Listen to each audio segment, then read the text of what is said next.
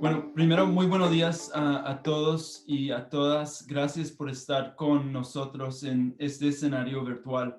En este momento hablaré brevemente en inglés, solo para explicar que hay opción de interpretación simultánea. So for those interested in hearing this event in English, please search for the globe at the bottom of your screen where you can switch to English, which is to say this event will be in Spanish. However, we have simultaneous interpretation available. So if you'd like to listen in English, again, go to the bottom of the screen. You can change over to the English channel, and I'll give those interested a second to do just that. Bueno, ahora en español de nuevo. Mi nombre es Guy Mentel y soy el director ejecutivo de Global Americans. Y Global Americans es un think tank aquí en Washington que se dedica al fortalecimiento de las relaciones entre los Estados Unidos y el resto de las Américas y el Caribe, enfocándose más que todo en temas de derechos humanos, el desarrollo y la democracia. Después de un año de investigación sobre los efectos de la desinformación y propaganda en América Latina y el Caribe, Global Americans ha decidido organizar este evento con nuestros socios del proyecto con el fin de compartir los hallazgos claves del proyecto y ver cómo podemos crear una red internacional de intercambio de experiencias para combatir la difusión de desinformación. Entonces, les invito a todos a utilizar la función de pregunta y respuesta si tienen una pregunta o una experiencia para compartir. En un momento seguiré con una introducción de nuestro panel, pero de nuevo, si alguien en la audiencia quiere preguntar algo, por favor, no duden en usar la función de pregunta y respuesta. Y una vez más, de parte de Global Americans, gracias por estar con nosotros por este evento. Bueno, nuestro panel. Juan Pablo Cardenal es escritor, periodista e investigador especializado en la internacionalización de China. Es coautor de La silenciosa conquista china y La imparable conquista china. Desde el año 2003 hasta 2014, sirvió como corresponsal extranjero en China para El Economista y otros diarios españoles. Desde entonces ha investigado las consecuencias y implicaciones de las inversiones chinas. Desde 2016 se ha dedicado a investigar y entender el poder blando de China y su estrategia para lograr establecer influencia política en Latinoamérica. Juan Pablo ha sido invitado como orador en varias conferencias internacionales y ha publicado artículos en El País, El Mundo, Clarín, The New York Times, Project Syndicate y el South China Morning Post. Muchas gracias, Juan Pablo, por estar con nosotros. Marco Antonio Fernández es doctor y profesor investigador de la Escuela de Gobierno y Transformación Pública del Tecnológico de Monterrey, donde lidera la iniciativa de educación con equidad y calidad. Asimismo, es investigador asociado de México Evalúa, donde trabaja en el programa anticorrupción y de educación.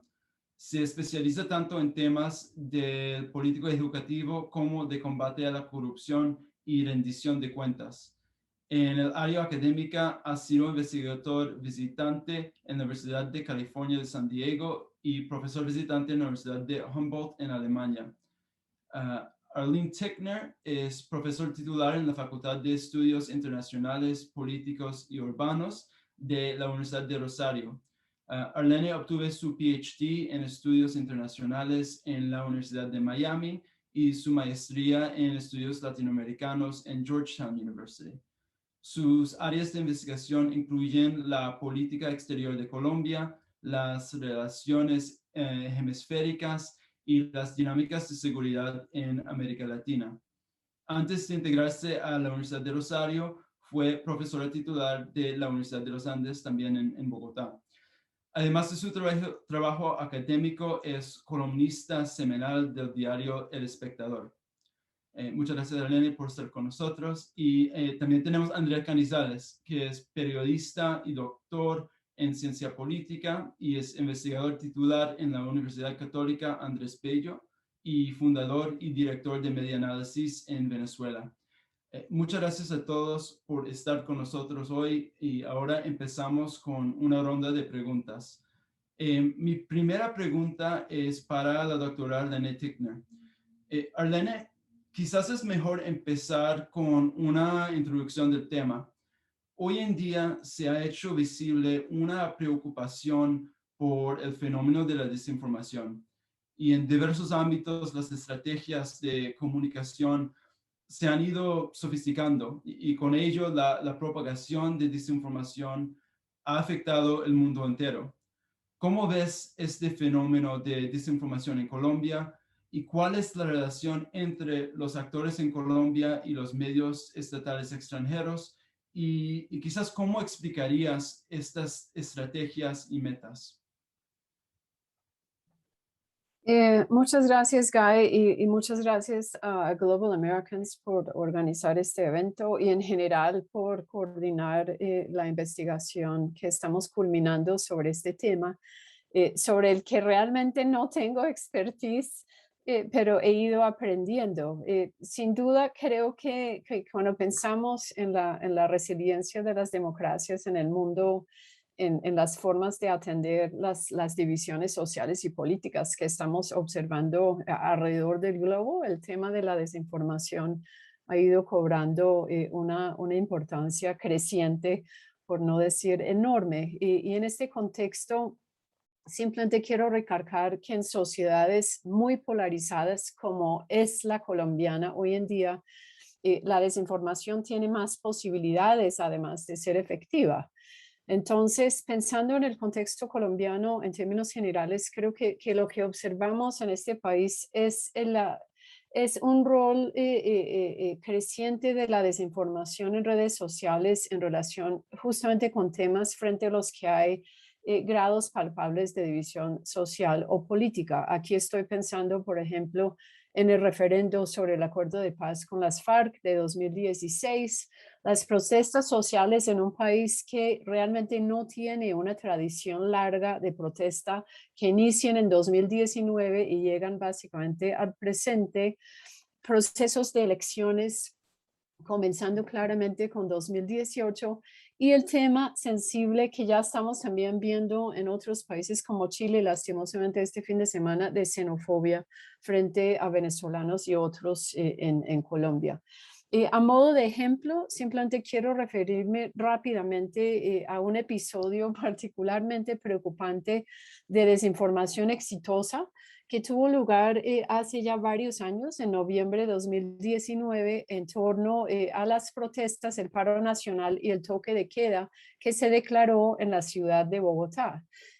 Alrededor de este episodio comenzaron a circular en redes, incluyendo Twitter, Instagram, WhatsApp sobre todo, y reproducido en medios nacionales, la idea de que grupos de venezolanos y otros estaban organizando saqueos de distintos conjuntos residenciales en la ciudad y llamando a los ciudadanos y los residentes de estos barrios que iban a ser asediados a tomar medidas al respecto.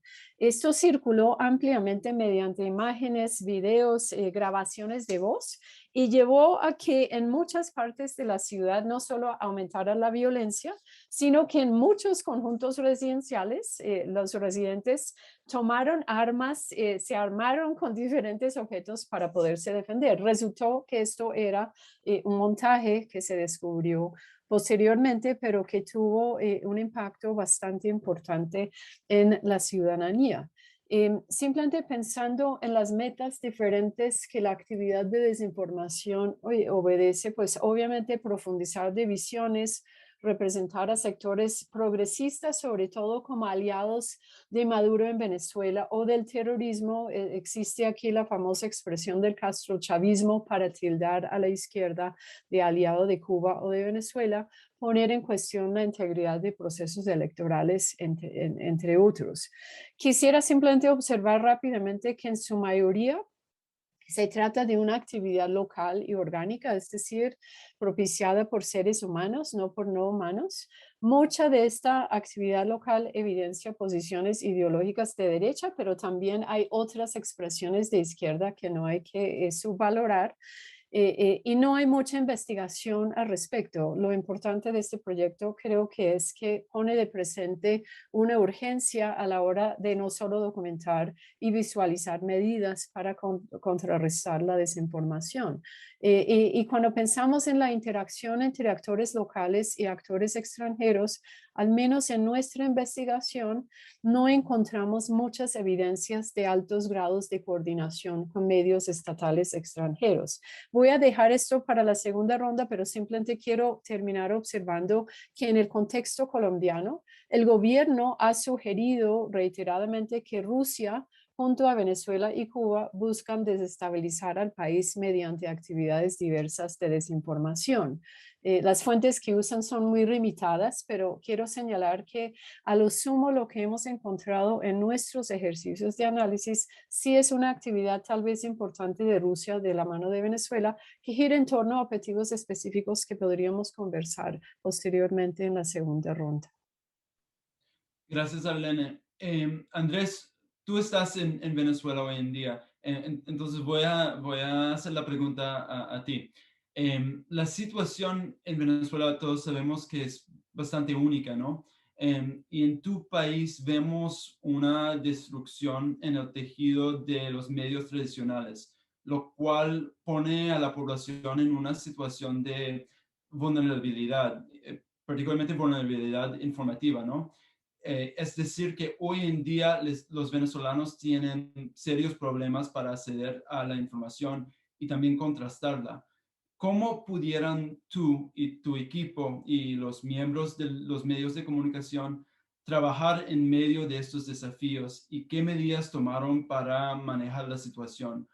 Y también quizás, ¿cuáles son algunas de sus mejores maneras de operar para garantizar que la información que comparten sea precisa y verificable? Muchas gracias, Guy. También saludo a Arlene, a Juan Pablo, a Marco, a todos los colegas con los que hemos estado trabajando ya por prácticamente creo que más de un año. Em, Precisamente, Guy, el caso de Venezuela es un caso bastante atípico, lo vimos también en el marco de este proyecto, porque justamente los medios tradicionales de referencia en Venezuela o han sido en algunos casos desaparecidos, cooptados, comprados, hostigados. Un dato creo que ayuda a entender la magnitud de lo que se ha vivido en Venezuela. En los últimos 5 años han desaparecido más de 100 periódicos y no porque no tuviesen lectores, sino porque sencillamente el Estado pasó a controlar la importación y la distribución de papel periódico, con lo cual muchos, prácticamente estimamos que el 90% de la prensa escrita desapareció en los últimos años. Eso es un dato, digamos, que creo que revela la magnitud de lo que se vive en Venezuela. Precisamente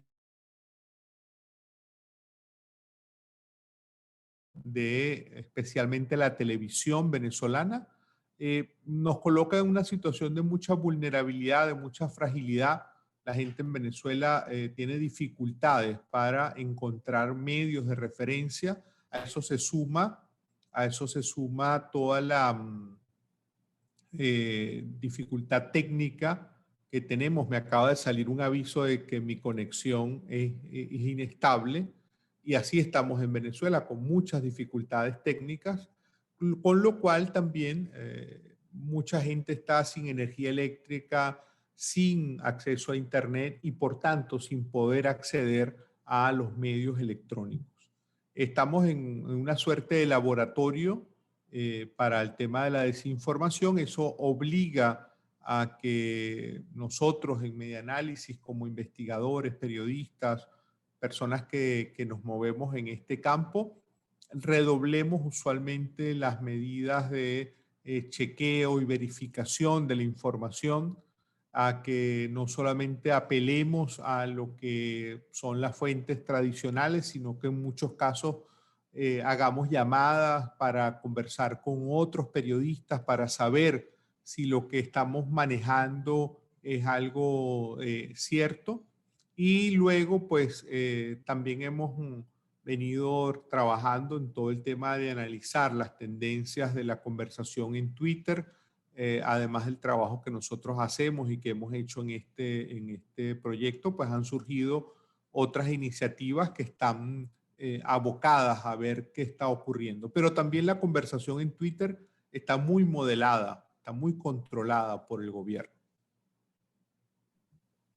Muchas gracias, Andrés. Juan Pablo, Arlene habló un poquito sobre los medios estatales extranjeros. En este proyecto has estudiado la desinformación en Perú, Chile y Argentina, y tu investigación ha revelado una campaña intensa de parte de medios estatales chinos en esta región. ¿Nos puede contar un poco más sobre el panorama de desinformación en Perú, Chile y Argentina? Y también has escrito mucho sobre los aliados del régimen chino en Latinoamérica.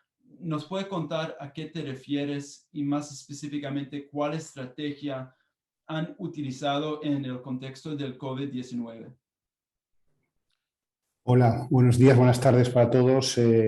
Muchas gracias, Guy, y también a Global Americans por darme la oportunidad de compartir mi conocimiento sobre este tema con la audiencia. Bueno, no sé si en 3 o 4 minutos voy a poder contestar unas preguntas tan amplias, ¿no? Pero bueno, en resumen, a ver, yo creo que cuando hablamos de la situación en Perú, Argentina y Chile, realmente tampoco es muy distinta de la que hablamos en la región, ¿no? O sea, China tiene estrategias a nivel global que las implementa a nivel local en función de las circunstancias de cada país, ¿no? Pero yo creo que China tiene una estrategia global y en este sentido creo que es importante entender una cosa que yo creo que fuera del ámbito de las personas que siguen China de cerca no siempre se entiende, ¿no? Y es que, sobre todo con la llegada de los grandes medios estatales chinos, empezando por la televisión CGTN,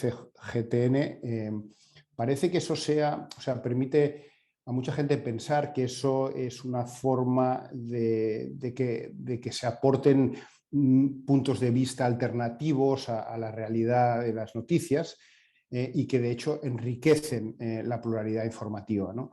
Eso es algo que es un error de base, porque obviamente en los medios de comunicación y el rol que juegan en el sistema político chino es muy distinto al rol que juegan en las democracias, ¿no? Son prácticamente agencias gubernamentales al servicio del poder que tratan de difundir la información, la desinformación y la propaganda que es de interés para el régimen, ¿no? De hecho, son actores periodísticos en un contexto, como decía Andrés, ¿no? donde tantos medios en el resto del mundo están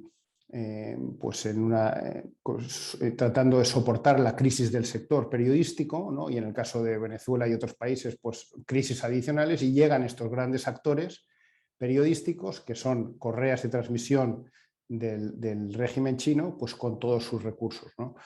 Y lo que hacen, insisto, es manipular los contenidos y moldear la opinión pública aprovechando un factor clave que es el déficit de conocimiento que hay en América Latina en general sobre China, su historia, su capitalismo de Estado, su sistema político y su realidad, ¿no? Y entonces eso permite a estos actores estatales chinos, les permite difundir sus narrativas y sus propagandas sin apenas interferencias, ¿no? Salto porque creo que encaja perfectamente con esto último que acabo de decir, con el tema de los aliados, ¿no? Hay como decía, pues hay un gran desconocimiento en general, no solo en América Latina, sino yo diría que en buena parte del mundo con respecto a China, por su complejidad, porque los lazos históricos y comerciales y de todo tipo, pues, y la distancia geográfica pues ha imposibilitado que haya un conocimiento adecuado, y en ese contexto el rol de esos aliados, que ahora explicaré lo que son, en mi opinión juegan un rol decisivo, ¿no? Son personas e instituciones que tienen un conocimiento bastante importante de lo que es China, bien porque han participado de los esfuerzos de China por atraer a personas influyentes a su causa, por la vía de llevarlos a China o por la vía de tener acuerdos institucionales duraderos con universidades, estableciendo institutos Confucio, con acuerdos con medios de comunicación locales y regionales. Bueno, pues esas personas que han estado expuestas a la propaganda del régimen chino por la vía de haber sido invitados a China en distintos viajes donde les han enseñado la realidad de China que el Partido Comunista les quiere enseñar, pues son personas que tienen un mayor conocimiento y por lo tanto son personas o voces autorizadas en esos países con respecto a todo lo que tiene que ver con China. Yo, por lo que conozco de los esfuerzos de poder blando de China en América Latina, el programa de captación de élites es el que tiene más éxito, porque con el establecimiento de estos vínculos a través de acuerdos, como digo, institucionales o a través de esos viajes con todos los gastos pagados a China, logran que una serie de personas e instituciones relativamente pequeña, pero al fin y al cabo las personas e instituciones que más interesadas están y que más saben de China, pues que estén muy próximos a China y a lo que representa el régimen chino y por lo tanto difundan todas las narrativas que son de interés para el régimen chino, ¿no? Lo que hemos visto en esta investigación es que estos aliados, hemos seguido a más de 50 aliados, personas individuales e institucionales en los 3 países. Buena parte de ellos, aunque hay muchos otros que simplemente no tienen actividad en las redes sociales, pero los que tienen esa actividad en las redes sociales han difundido claramente todas las narrativas que los medios estatales chinos están difundiendo en sus medios, ¿no? Y lo hacen, bueno, básicamente la idea es presentar una China que ha sabido combatir el COVID mejor que nadie, que lo ha gestionado mejor que nadie, que ha logrado además como prueba de la eficacia del modelo chino, pues erradicar la pobreza, que si queréis podemos hablar más adelante sobre ese tema, pero sorprendentemente estas narrativas, ¿no? Y luego también obviamente la importancia de China como en su campaña de donaciones, ¿no? Y la cooperación de China y cómo China es una oportunidad para la región, todo esto son las narrativas que China difunde y que recogen esos aliados, pero casualmente quizá una de las sorpresas de la investigación ha sido comprobar que en uno de los temas fundamentales del último año en la narrativa oficial china, que es, y podemos hablar de eso en un momento, presentar las vacunas chinas como fiables y seguras, ¿no? como un poco el punto fundamental para luego desarrollar una narrativa concreta, pues estos mismos aliados que continuamente están, o muy habitualmente están difundiendo esos puntos de vista de Pekín, resulta que en la parte de las vacunas han mantenido un prudencial silencio, ¿no?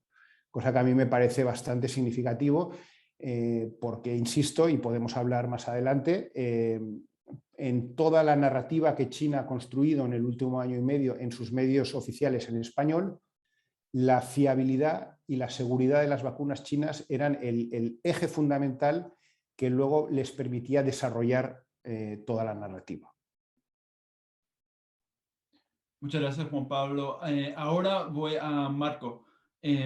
Marco, en tu informe mencionaste que la conversación en las redes sociales como Twitter y la información que ahí se comparte está profundamente entrelazada en la vida de las personas, lo que a veces escapa el análisis tradicional. Y has argumentado que necesitamos una combinación de enfoques de políticas públicas y herramientas computacionales para comprenderlo mejor. ¿Qué quieres decir con eso? Y quizás puedes hablar sobre el estudio particular que realizaste en México, donde esta estrategia se utilizó para interpretar mejor el clima democrático y geopolítico de México en el contexto de la desinformación. Muchas gracias, Guy, por la pregunta y buenos días a todos, colegas. Gracias a Global Americans por la invitación a participar en este proyecto de investigación, el cual pues a mí me toca como parte de la Escuela de Gobierno del TEC de Monterrey presentar, pero que es producto de la colaboración de un nutrido grupo de profesores tanto de la Escuela de Gobierno como de Ingeniería y de alumnos, en donde precisamente en la colaboración interdisciplinaria puede revelar lo que tú preguntas, Kai. La necesidad de combinar tanto, por un lado, la parte técnica para poder empezar a, más allá de la anécdota, realmente poder sistematizar la información que está disponible en las redes sociales, en este caso Twitter, y ver de qué manera es el grado de desinformación, de información verdadera o de posturas que se ponen en contra o a favor de ciertos actores. Nosotros en este año y medio, para quienes nos están escuchando, hicimos un análisis en Twitter, dado que hay restricciones legales para poder analizar, hacer un análisis similar en Facebook.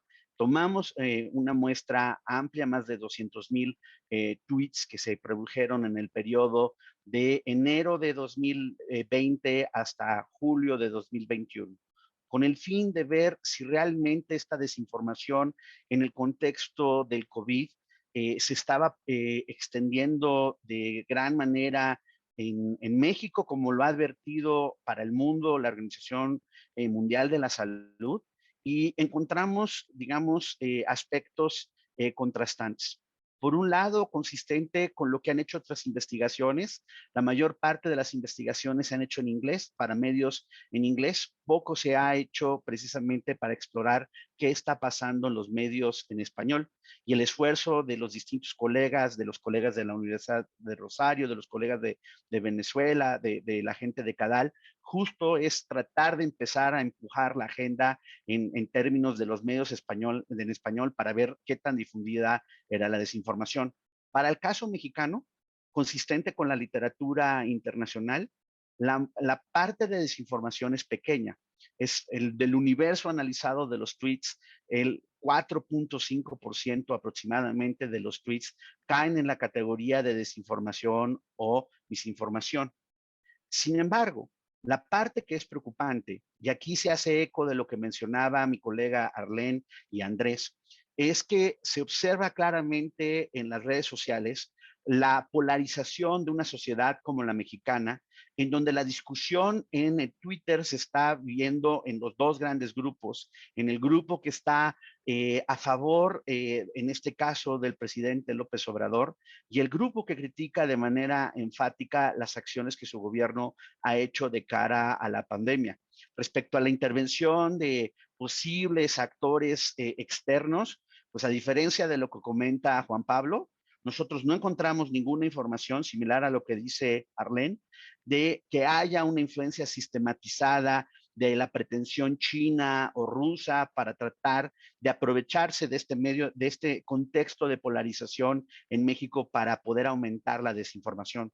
Hay algunos tweets, sí, de propaganda, digamos, cultural china, algunos tweets que nos llamaron la atención, que enfatizaron en el caso ruso la eficacia de la vacuna Sputnik, pero desinformación del lado externo no hay.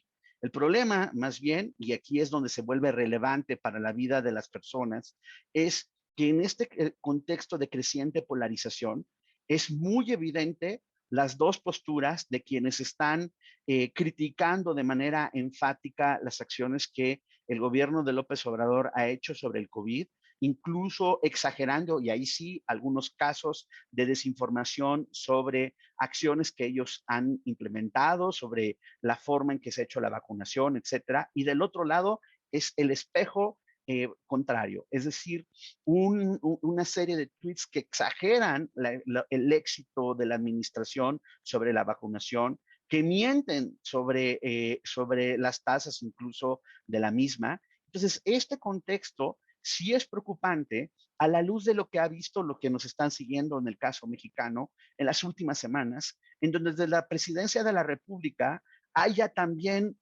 una acción sistematizada, por un lado, y ha sido documentado por diversos colegas en los medios de comunicación, de mentir en las conferencias todas las mañanas. El presidente sí da datos que no están apegados a la realidad. Eso produce polarización en las redes sociales que se magnifican.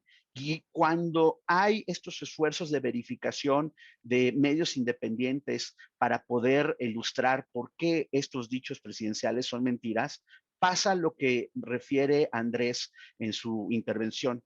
Ataques sistematizados, como se ha visto en otros lugares del mundo, tanto autoritarios como populistas. Estoy pensando el caso de Hungría, estoy pensando el caso de la India, donde se organizan cuentas para poder atacar a los críticos y tratar de decir que ahora sí que estas muestras que evidencian las mentiras sobre el tema de la vacunación no son ciertas. Entonces, sí es un problema preocupante porque incluso ya hay ataques sistematizados a los medios de comunicación, a periodistas señalados en una sección reciente en la rueda de prensa presidencial, que le llaman quienes quieren las mentiras y que carece de todo rigor analítico y estigmatiza a periodistas, organizaciones de la sociedad civil y medios de comunicación que son críticos del gobierno. Y en ese sentido, creo que el hecho de haber tenido un proyecto de esta naturaleza justo ayuda a empezar a sistematizar esta información sobre el tema. Gracias, Marco. Regreso a Arlene. Arlene, Juan Pablo habló un poquito sobre el poder blando. Tú junto con tus colegas han escrito sobre los términos sharp power, lo cual se caracteriza por ser llevado a cabo por países autoritarios que buscan más allá de atraer, distraer y manipular las audiencias de países democráticos a través de empresas de comunicación. El sharp power opera llegando a las audiencias nacionales, ya sea para manipularlas o para crear divisiones políticas a partir de temas controversiales dentro de la misma sociedad o con otros países. ¿Nos puede contar cómo ves este fenómeno en Colombia y cómo los actores políticos o académicos pueden combatirlo? Sí, pues esto es un concepto tomado de la literatura por parte de mi equipo que es mucho más grande y más importante que yo, sin duda, simplemente en seguimiento de lo que Marco también ha señalado. Somos muchas personas las que hemos participado en este proyecto. A diferencia del poder blando, que yo siento que en esencia Juan Pablo ha referido a él porque es la estrategia china, es más poder blando que poder afilado. La idea de poder afilado que ha circulado en la literatura sugiere que de la mano de esfuerzos por seducir, por atraer, por construir imágenes positivas de país, hay otra cara de este tipo de estrategia del poder, digamos, no duro, que consiste justamente en desarrollar campañas de desinformación para manipular la opinión y para ahondar o crear divisiones políticas y sociales en función de temas que son particularmente controversiales o sensibles en distintos contextos. Y me parece que esto es una distinción importante entre lo que hace Rusia, que tenemos más evidencia, al menos en el contexto colombiano, de actividad rusa, muy de la mano con medio, sobre todo Telesur de Venezuela, que actividad china que es marginal en nuestro contexto. Simplemente antes de seguir, señalar que un hallazgo o un no hallazgo importante de este proyecto ha sido mostrar que la actividad de China tal vez no es tan robusta como se pensaba en relación con distintos temas. Pero el punto aquí es que China se proyecta mediante la desinformación de una manera muy distinta que otros estados como el ruso o el cubano o el venezolano.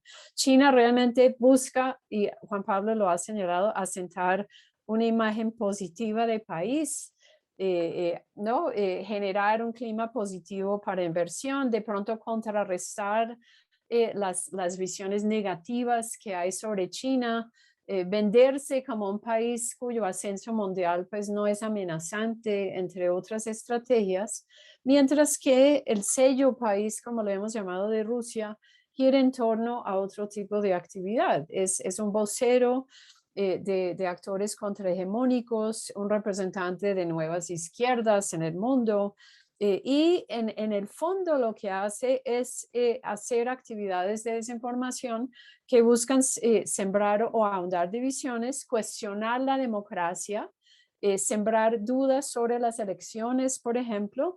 Y en el caso colombiano es muy evidente, y creo que en otros países de América Latina podríamos pensar lo mismo, Estados Unidos incluyendo pues en el hemisferio, acentuar sentimientos xenofóbicos, ¿no? Entonces, en su conjunto no se trata de mejorar su imagen, sino de, ¿no? Agudizar las situaciones de tensión y división que hay al interior de un país determinado. Entonces, en este caso, y tal vez alcanzamos en otra ronda a conversarlo, observamos que si bien el gobierno colombiano no basa sus acusaciones en evidencias empíricas suficientes, y tal vez es exagerado decir que que Rusia, perdón, busca desestabilizar a Colombia, sí es evidente que hay actividad de Rusia que busca visibilizar elementos ¿no? que molestan al gobierno colombiano, la violencia policial, la protesta social, la no implementación fidedigna del proceso de paz, entre otros elementos que están generando una imagen negativa de Colombia en el exterior, y que dentro del país pues están constituyéndose en fuentes de mayor y mayor polarización y división. Entonces, en este sentido, algo que sí creo que es llamativo, que descubrimos que hay que analizar mucho más, es una suerte de sinergia creciente entre las actividades de desinformación del canal RT de Rusia y Telesur de Venezuela. Sabemos que RT ha crecido mucho en su transmisión y sus lectores ¿no? y espectadores en América Latina y en el mundo, y crecientemente en estos temas, de la mano, por ejemplo, de las acusaciones de intervencionismo de Estados Unidos en Venezuela, intentos por derrocar a Maduro en Venezuela, pues encontramos que estos dos medios en sus actividades de desinformación, crecientemente en lo que concierne a Colombia, parecen sí actuar de la mano, lo cual sí creo que invita a preguntarse hasta qué punto puede haber algo de coordinación entre las actividades de desinformación de los dos estados en lo que concierne a estos temas en particular. Ahora bien, para llegar a la segunda parte, ¿qué hacemos frente a esto? Creo que Marco nos ha dado una muy buena introducción sobre la urgencia de afinar estrategias para detectar y desmentir la desinformación. Lamentablemente en América Latina, pues como creo que varios ya han comentado, se trata de un campo relativamente virgen de trabajo, en el cual hay unas pocas instituciones. En el contexto colombiano hay un par dedicadas a hacer fact-checking, detección de la información, denuncias cuando es falsa, denuncias cuando está sembrando desinformación, pero falta hacer muchísimo más. Los medios convencionales, por ejemplo, no tienen el músculo para realizar este tipo de actividad. Entonces, se trata de imaginar también estrategias de colaboración entre quienes están haciendo esta importante labor con medios tradicionales que en últimas los públicos nacionales, sobre todo televisión y radio en un contexto como el colombiano, suelen ver más. Entonces, si estos medios son reproductores de esta información, estamos en grandes problemas. Y finalmente creo que la academia también en América Latina pues tiene un rol fundamental que jugar. Marco ha señalado que la mayoría de estudios son en inglés, son hechos por fuera de América Latina, sobre América Latina, los pocos que hay. Y realmente, pues este proyecto, creo que uno de sus valores agregados inmensos es comenzar también a sembrar una conversación más robusta sobre este fenómeno que es creciente y es muy preocupante dentro del contexto de América Latina en sí.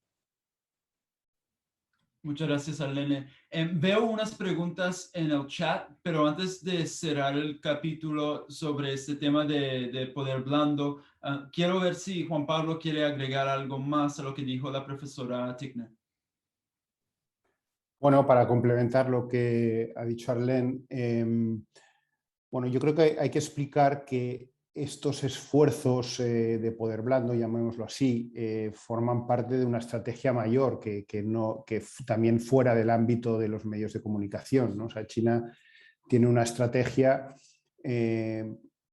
para, como explicaba antes, para tener una red de aliados en los países donde está, ¿no? En América Latina también. Son las personas que son influyentes en su ámbito y, como explicaba antes, pues trata de atraerlos, ¿no? Es verdad que esta estrategia, que llamamos a veces de poder blando y a veces de poder incisivo o de sharp power, yo siempre digo que hay elementos de ambos, ¿no? Yo creo que es perfectamente legítimo que China quiera cambiar la imagen negativa que tiene en tantos lugares del mundo. Ellos creen que además es una imagen que la difunden o la divulgan los medios occidentales que tendrían el propósito de aislar a China y de promover los valores occidentales, y entonces ellos quieren llegar a las audiencias internacionales con su propio mensaje. Eso, siendo legítimo, es solo parte de la foto, yo quiero añadir, ¿no? Porque hay parte de... No podemos olvidar, y también ocurre en el ámbito, en la esfera de la información, que esa estrategia de poder blando, o sea, esa estrategia emana toda la naturaleza autoritaria del régimen político chino, pues todos esos valores se ven plasmados en esa estrategia, ¿no? Entonces, cuando China cierra un acuerdo para content sharing, ¿no? Para hacer coproducción de contenidos audiovisuales, por ejemplo, no es solo el tratar de mejorar la imagen de China, también es tratar de censurar lo que para China es información sensible o no quiere que ocurra, ¿no? Yo en concreto, no en el ámbito de este proyecto, pero en uno anterior, pues pude seguir cómo un diario muy importante de Argentina, que estaba siendo muy crítico con China a propósito de los acuerdos que Cristina Kirchner cerraba con China sin la transparencia debida, pues a través de una reconstrucción de reuniones y de información que la propia embajada china en Argentina publicaba, pues me di cuenta de que el embajador chino, él mismo en persona, durante un periodo de, no recuerdo si eran de 8 o 10 meses, visitó la redacción de este gran periódico como en 3 o 4 ocasiones, ¿no? Y lo que a continuación sale de esas reuniones es que este periódico cierra un acuerdo de colaboración, whatever that means, con el People's Daily, que es el periódico de referencia en China, ¿no? A partir de entonces lo que ocurre es que 2 ejecutivos de ese periódico viajan a China a participar en una conferencia sobre la franja y la ruta, ¿no? Una conferencia perfectamente tematizada. Y entonces a continuación lo que ocurre es que en cuestión de 18 meses el embajador chino publicó, si no recuerdo mal, en torno a una docena de artículos de opinión. Entonces le dieron tribuna en base a ese esfuerzo del propio embajador de entablar la relación, de hacer un acuerdo institucional entre dos medios y de mandar a los ejecutivos a China, ya tienen la relación y entonces le dan una tribuna a un embajador, que eso no es infrecuente, pero sí que es bastante infrecuente que en un periodo de 18 meses le dieran 10 o 12 tribunas al embajador, ¿no? Pero en paralelo empezamos a ver menos crítica a China y sobre todo mucho soft news sobre China que antes no salía publicado. Entonces, pongo este ejemplo, que es un poco más sofisticado y un poco más elaborado de lo que yo he descrito. Al final no podemos caer en la tentación de pensar, como explicaba en mi primera intervención, que el hecho de que vengan estos actores periodísticos estatales chinos o rusos a nuestros países contribuyen a que haya una mayor pluralidad informativa. No, ellos llegan con los valores que emanan de la naturaleza autoritaria de sus regímenes y tienen su agenda. Y es verdad que hay una parte que tiene que ver con tratar de mejorar su imagen, pero también tiene que ver con tratar de silenciar o tratar de censurar informaciones que en este caso el gobierno chino considera sensibles o que no quiere que se difundan, ¿no? Muchas gracias, Juan Pablo. Ahora tenemos unas preguntas de la audiencia, quizás para Andrés Canizales. Una pregunta sobre Venezuela, Cuba y Nicaragua, de parte de Rosemary Santana, que pregunta, ¿podríamos decir que en las Américas, específicamente en los casos de Venezuela, Cuba y Nicaragua, entre otros países, la pandemia ha fortalecido las manipulaciones por parte de los gobiernos autoritarios en perjuicio de la democracia y la libertad de prensa? Sí, sin duda alguna, la pandemia ha sido una excusa perfecta para que los autoritarismos, y en el caso particular de estos tres países, Venezuela, Cuba y Nicaragua, hay mucho más control sobre la población. Estos regímenes han encontrado en la pandemia una excusa perfecta para restringir no solo información, sino también para recuperar una suerte de palestra pública, donde en teoría están dando información sobre la pandemia, sobre la COVID. Al mismo tiempo, creo que les ha permitido aumentar el control social sobre la población y junto a esto, lo que podrían ser los países, digamos, esa comunidad internacional que históricamente ha estado siguiendo lo que ocurre en América Latina, pues muchos de los países europeos o norteamericanos, en el caso de Estados Unidos y Canadá, también estuvieron enfocados en atender y resolver su propia crisis sanitaria, con lo cual, digamos, durante prácticamente el primer año de la pandemia, estuvimos con autoritarismo fortaleciéndose y una comunidad internacional sin mucha respuesta ante lo que estaba ocurriendo. Eso pienso yo que podría cambiar ahora, donde ya vemos que estos países del norte han recuperado de alguna manera el control sanitario. Gracias, Andrés.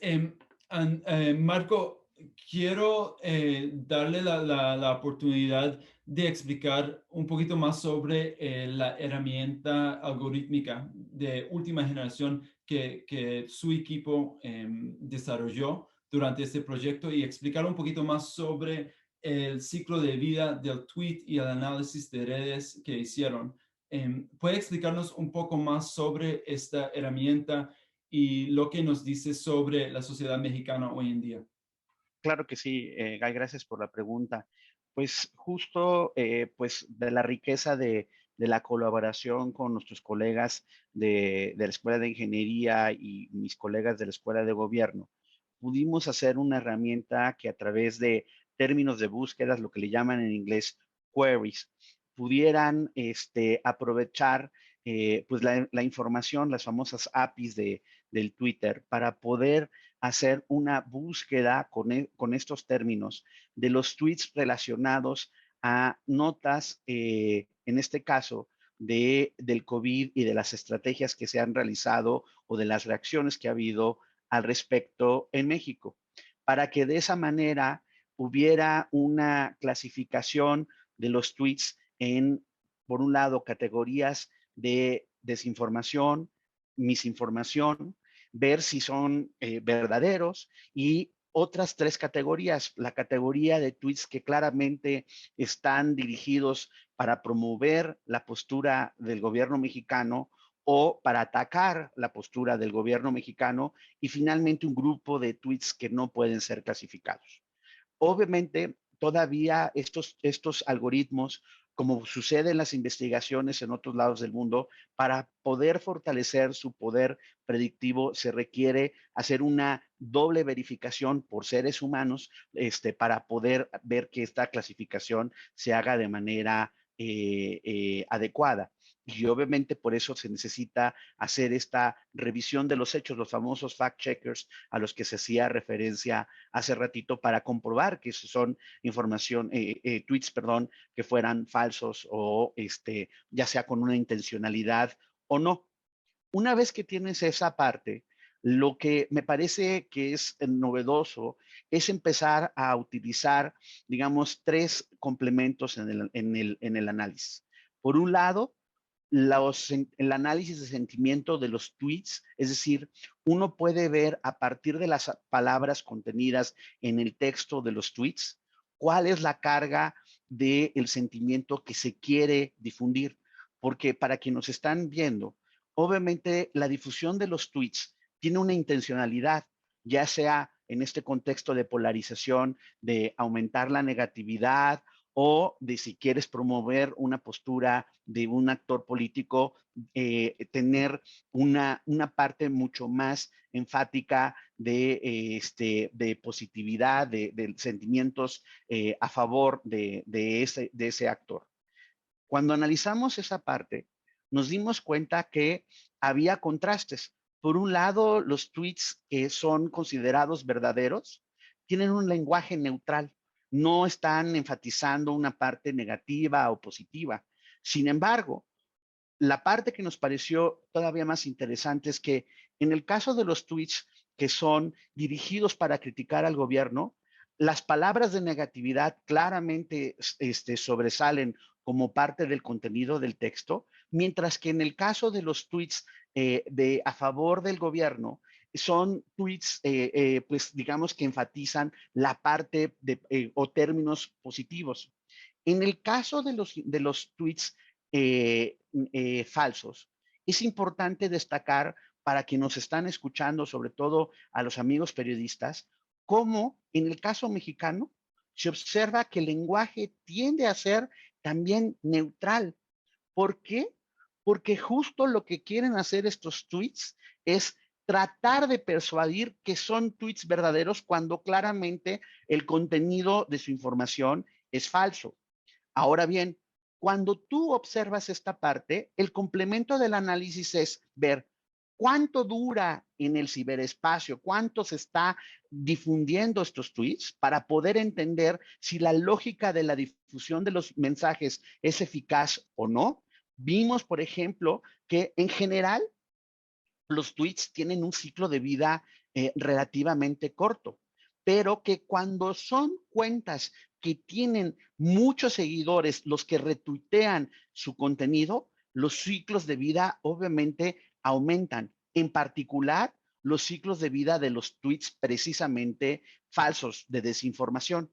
Finalmente, la otra parte de la herramienta que nos permite tener un lente analítico con mayor precisión para observar la lógica de difusión de estos mensajes es hacer un análisis de redes para poder ver qué tan concentrados están los actores, cuáles son las cuentas centrales alrededor de la que gira la difusión de la información. Porque si vamos a hablar de todas estas estrategias a las que están haciendo referencia mis compañeros, sí necesitamos ponerle esta parte técnica para entonces ver la implicación política del desarrollo de los tweets. En este caso, los análisis de redes, colegas, lo que permitieron es identificar estos grupos, por un lado, alrededor del nodo principal, que es el presidente López Obrador, y en donde es evidente los dos grupos antagónicos, los que están a favor y en contra, pero también, al igual que han hecho otros colegas, por ejemplo, de la Universidad de Guadalajara, de la Universidad del ITESO, donde encontraron, y nosotros encontramos algo similar, que es que en este caso en México, un gobernador, el gobernador del Estado de México, también utiliza de manera estratégica las redes, y es evidente cuando vemos el análisis de redes cómo él tiene un grupo de cuentas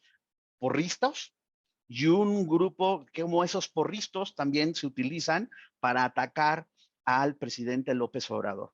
Me parece que este esfuerzo de empezar a sistematizar cómo se difunden los tweets, cuáles son los sentimientos, cuánto duran los mismos, es el camino para poder ir avanzando, profundizando el entendimiento de estas estrategias. Nos decían en algunas de las preguntas, yo las he estado leyendo en el chat, Centroamérica, pues necesitamos aplicar un análisis similar al que utilizamos en el caso mexicano para poder contestar con hechos, más allá de lo que podamos pensar, si es cierto que en el caso de Nicaragua y otros países de América Latina, de Centroamérica, perdón, ha ocurrido estas estrategias.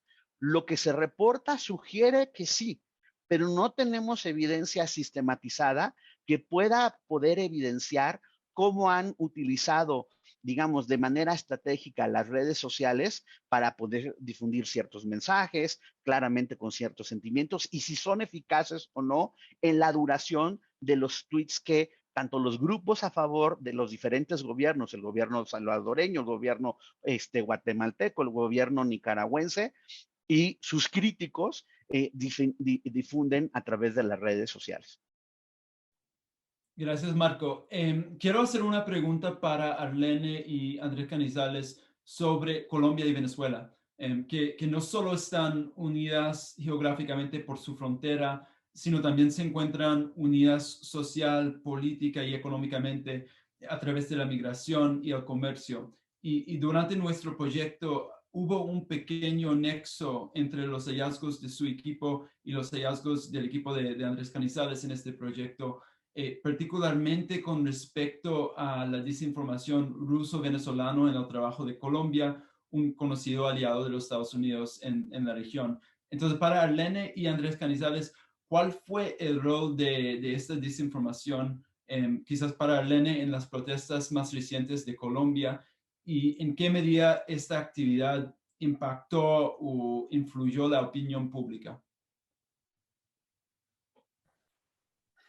Pues creo que es difícil puntualizar un efecto singular, pero sin duda esta actividad rusa, a veces sola, a veces de la mano de medios venezolanos, sobre todo nosotros analizamos Telesur, gira en torno a magnificar el rol de la violencia estatal, la brutalidad policial en las protestas. Y gira en torno a evidenciar una situación de enorme inestabilidad política y social en Colombia, ¿sí? Y esto a veces contrasta con informaciones sobre Venezuela que giran en torno sobre todo a la intromisión de Estados Unidos y sus intentos por desestabilizar al país vecino Venezuela.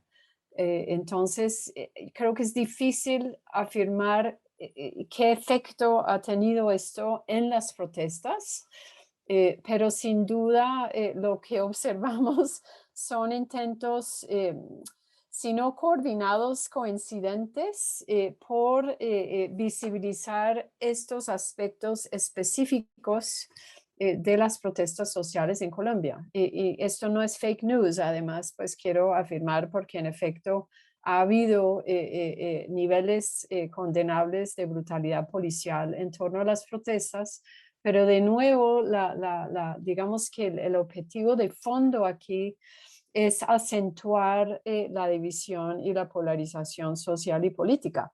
Y en esta medida, pues, si el gobierno colombiano ha reaccionado ya en dos oportunidades puntuales a lo que ha identificado como injerencia indebida de Rusia, pues significa que el gobierno colombiano sí está sintiendo al menos que estos intentos están generando algún efecto entre la opinión pública.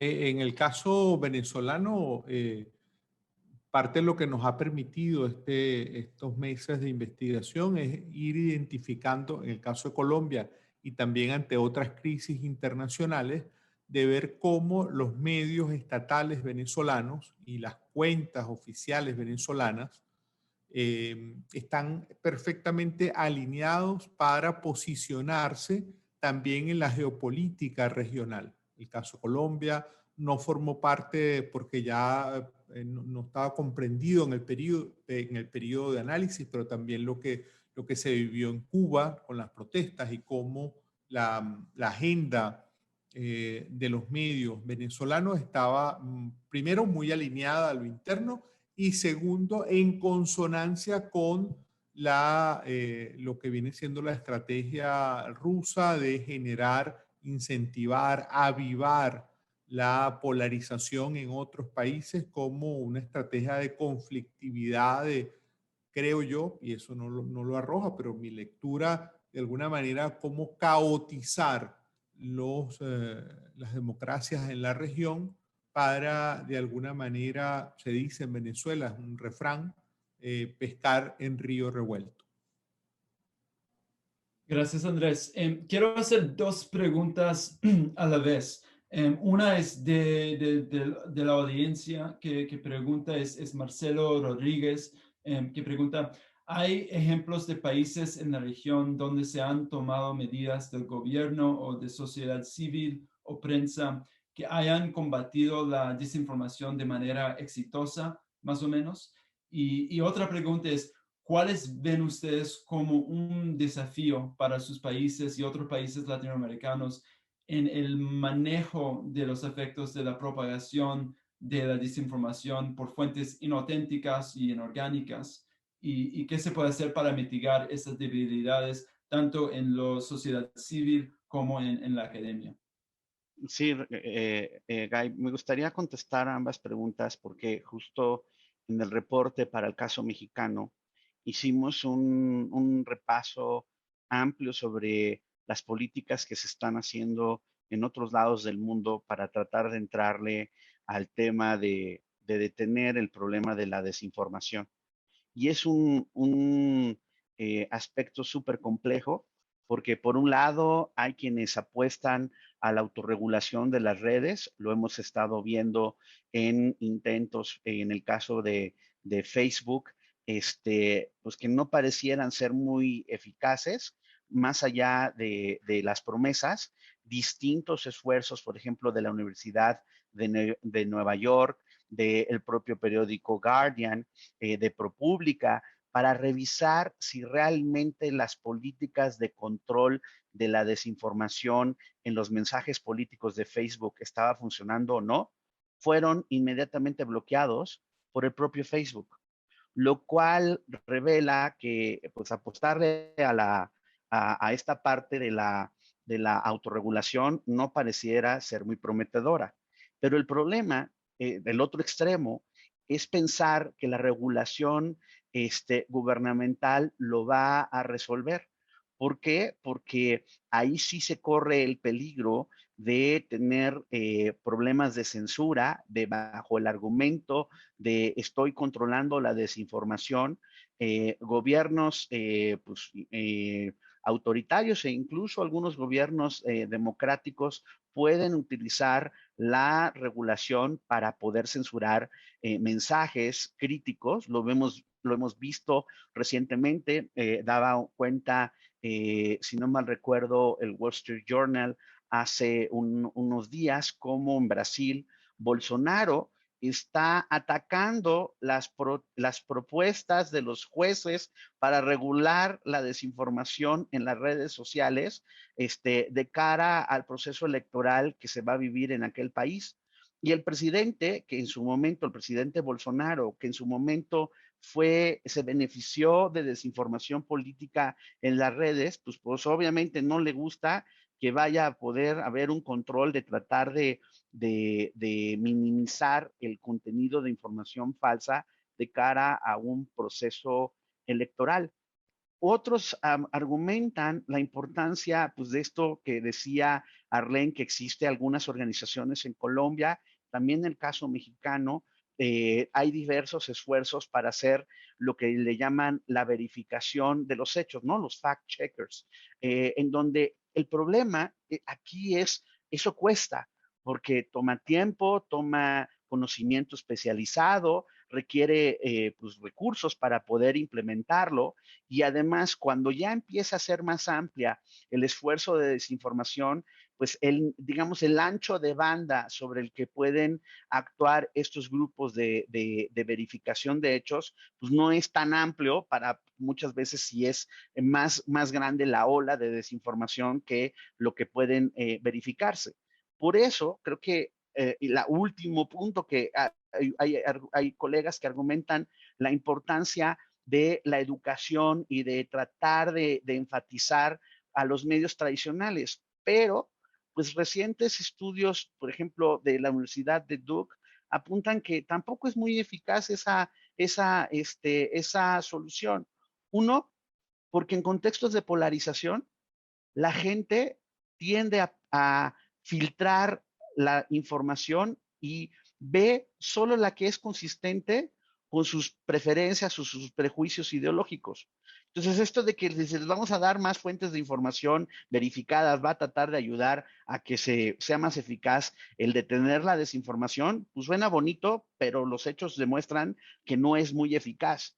Por eso es tan complejo el tema, máxime, y lo saben los colegas de los medios que nos están acompañando en esta conferencia, cuando el sistema, el modelo de negocios para financiar a los medios de comunicación tradicional está en crisis por la parte que no pueden cobrar por su contenido, por la parte por lo tanto, los anunciantes son más reacios a hacerlo a través de los medios tradicionales y demás, y eso está poniendo sobre mayor presión para poder tener estos grupos de fact-checkers en los propios medios de comunicación. O sea, pensar que tener un fact-checker group como el que tiene el Washington Post o el que tiene el New York Times en periódicos de México, pues la verdad, o de América Latina, con el problema del modelo de negocios, pues me parece, con toda franqueza, poco viable. De ahí la importancia, desde nuestro punto de vista, de fomentar políticas de mayor colaboración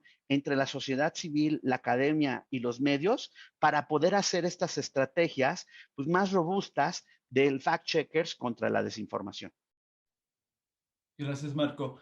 Yo creo que la última pregunta quizás para Juan Pablo viene de Patricio Provitina, que pregunta, además de la desinformación de países como China y Rusia, ¿cómo se está utilizando la desinformación, la elite política y económica en los países de la región para continuar generando divisiones sociales dentro de sus propios países? En particular, ¿cómo lo utiliza la derecha extrema con temas que tienen que ver con minorías, sea la comunidad LGBTQ y los migrantes o otros grupos minoritarios?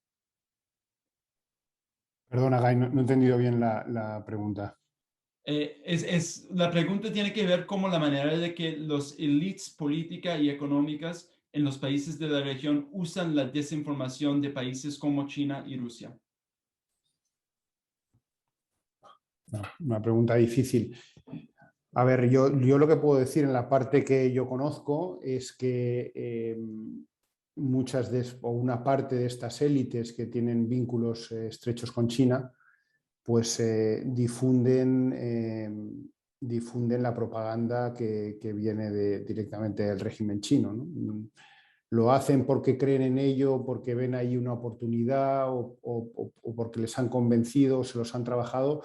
No sé cuál es la motivación, pero que muchas élites, incluidos un buen número de representantes políticos, de partidos políticos de la región, que están haciendo de correas de transmisión de la propaganda china, eso es incontestable. Pero bueno, yo quiero, había levantado la mano a propósito de lo que decía Marco, que me gustaría añadir que, bueno, que obviamente encontrar soluciones para el tema de la desinformación es casi misión imposible porque es de una complejidad tremenda, ¿no? Ya es bastante complejo incluso el tratar de acertar con el diagnóstico, ¿no? Pero bueno, yo una cosa que quería compartir con la audiencia que me he encontrado en esta investigación es 2 ejemplos de, podemos llamarlo, yo lo llamo desinformación, ¿no?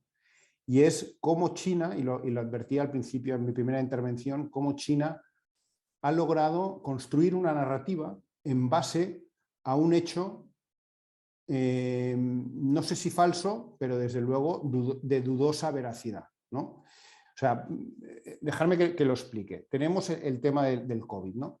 Cuando el objeto de estudio, el periodo de estudio de nuestro trabajo fue cuando empieza el desarrollo de las vacunas. Bueno, pues justo antes del desarrollo de las vacunas tenemos una China que desde determinados ámbitos internacionales se le hace responsable de la propagación global de la pandemia y China utiliza eso para lanzar una campaña de propaganda, estamos hablando de los meses de enero, febrero del 2020, para tratar de eludir su responsabilidad, para negar el origen del virus o su encubrimiento, ¿no? Y también en ese contexto lanza la campaña lo que ellos llaman la campaña de donaciones, que es verdad que hubo muchas donaciones, pero también es verdad que muchas de las donaciones eran en realidad transacciones comerciales. Bueno, entonces, en ese momento ellos empiezan a impulsar una narrativa basada en la fiabilidad y la seguridad de las vacunas chinas, ¿no? Un poco para presentar a China como una potencia científica y tecnológica, pero sobre todo para decirle al mundo que ellos venían con la solución, ¿no?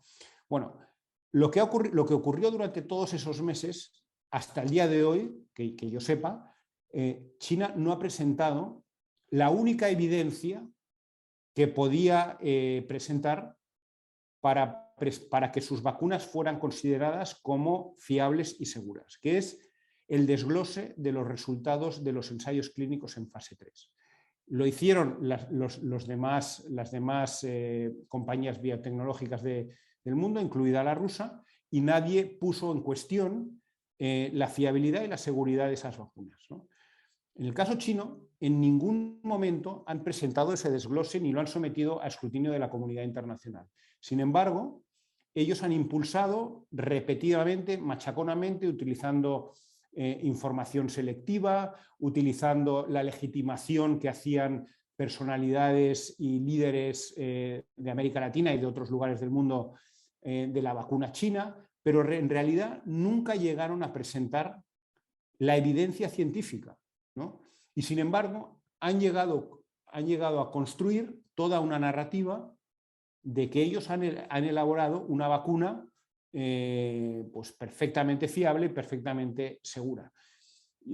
Pasaron los meses y vimos como en 2 países donde se vacunó mayoritariamente con las vacunas chinas, como fueron Perú, Uruguay y Chile, los casos, los contagios, las muertes, etcétera, y las hospitalizaciones siguieron incrementándose durante muchísimo tiempo, mientras que en los países como Estados Unidos o como Israel, donde mayoritariamente se habían vacunado con las vacunas occidentales, esos mismos casos empezaron a bajar, ¿no?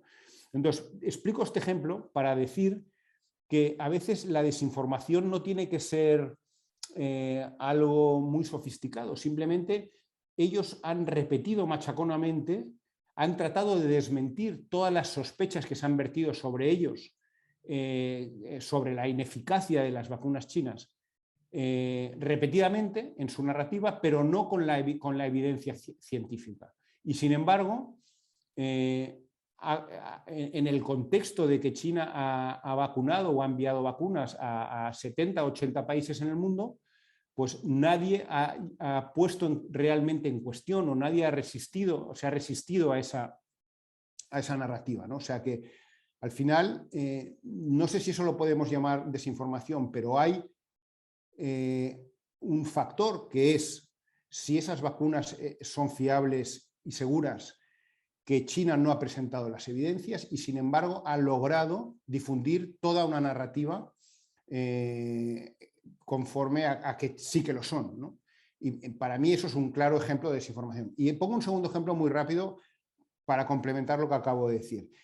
China ha impulsado en este contexto del COVID, cuando ya termina el tema del desarrollo de las vacunas, toda una narrativa de la superioridad del modelo político chino, ¿no? En base a su supuesta buena gestión de la pandemia y en base a haber sido capaz de, bueno, pues de desarrollar esas vacunas, etc. Bueno, al mismo tiempo, ellos presentan como evidencia de la superioridad de su modelo la idea de que han logrado erradicar completamente la pobreza extrema en China, ¿no? Y si uno analiza en base a qué han hecho han tratado de difundir esa idea, lo que están diciendo es que nadie en China, o sea, ya han erradicado la pobreza, pero consideran la pobreza como, ponen el baremo en 2,25 dólares al día, ¿no? Bueno, y dicen que es el baremo que está por encima del que fija el Banco Mundial. Bueno, eso es cierto. Lo que no dicen, lo que omiten, y en base a eso construyen toda una narrativa, es que ese baremo es óptimo para países como Etiopía, para países con bajos ingresos. China está considerado por el Banco Mundial como una economía de ingresos medios y medios altos. Por lo tanto, el umbral de la pobreza en China sería de 5,5 dólares al día, ¿no? Bueno, si China hubiera utilizado ese baremo, no habría podido nunca decir que ha logrado erradicar la pobreza en su país. Y lo que tendría que decir es que el 13% de su población, o sea, 200 millones de personas, siguen viviendo bajo el umbral de la pobreza. Y voy más lejos, el propio vicepresidente chino, Li Keqiang, hace un año y pico, dijo que 600 millones de chinos viven con 1.000 yuanes al mes. Esos son 5,13 dólares al día. Si hacemos caso de eso, 600 millones de chinos seguirían estando en la pobreza. Sin embargo, ha calado y ha colado perfectamente esa idea de que China ha vencido a la pobreza, se posiciona como el país en el que el mundo en desarrollo debe fijarse, pero nadie ha puesto en cuestión, o muy pocos, es verdad que en Estados Unidos y en Europa sí que ha habido medios que han cuestionado esos datos, o sea, el dato que lleva a China a decir que ha erradicado la pobreza, pero en general yo lo que he visto en Argentina, Chile y Perú, con excepciones obviamente, es que esa narrativa se ha difundido sin resistencias. Nadie ha cuestionado eso. Muchos de esos aliados, a través de sus tweets y a través de sus tribunas, han elogiado al Partido Comunista Chino, al régimen chino, por haber hecho una gestión modélica del COVID y por haber erradicado la pobreza. Bueno, pues ambos factores yo los cuestiono. O sea, la veracidad de los dos datos que llevan a China a construir esas dos narrativas, yo personalmente los cuestiono. Y eso es algo que yo no he visto que se haya hecho en general en la prensa latinoamericana, y quien dice latinoamericana podría decir de cualquier otro país. Y yo eso lo achaco fundamentalmente al desconocimiento del que hablaba al principio, ¿no? Ese déficit de desconocimiento en el que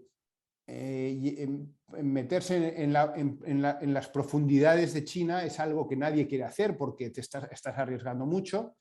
Y por lo tanto, si coincide con el estereotipo, además en un contexto en el que China tiene 4 décadas a sus espaldas de modernización modélica, en la que transitó del maoísmo y de ser uno de los países más pobres del mundo a segunda economía del mundo, pues ya encaja, ¿no?, que China haya logrado erradicar la pobreza. Pues no, la realidad es que el dato sobre el que se basa ese mantra, ese eslogan del gobierno chino, es incorrecto, tiene una flaqueza estructural y, sin embargo, muy pocos medios y en general la opinión pública no lo ha cuestionado. Muchas gracias, Juan Pablo. Bueno, yo creo que ha llegado la hora, lamentablemente. Pero muchas gracias a todos y todas por su tiempo y presencia. Gracias a todos los panelistas y a todos que han participado en este evento. Yo vi en el chat que Mauro preguntó dónde podemos acceder a las diferentes investigaciones. Les recuerdo que vamos a publicar este informe y muchos otros artículos en las próximas semanas. Así que si quieren pueden seguir conectando con nosotros mediante nuestro sitio web, que es www.theglobalamericains.org, o nuestros canales de social media como Twitter, Facebook, LinkedIn o Instagram. De parte del equipo Global Americans, muchísimas gracias de nuevo y estamos hablando.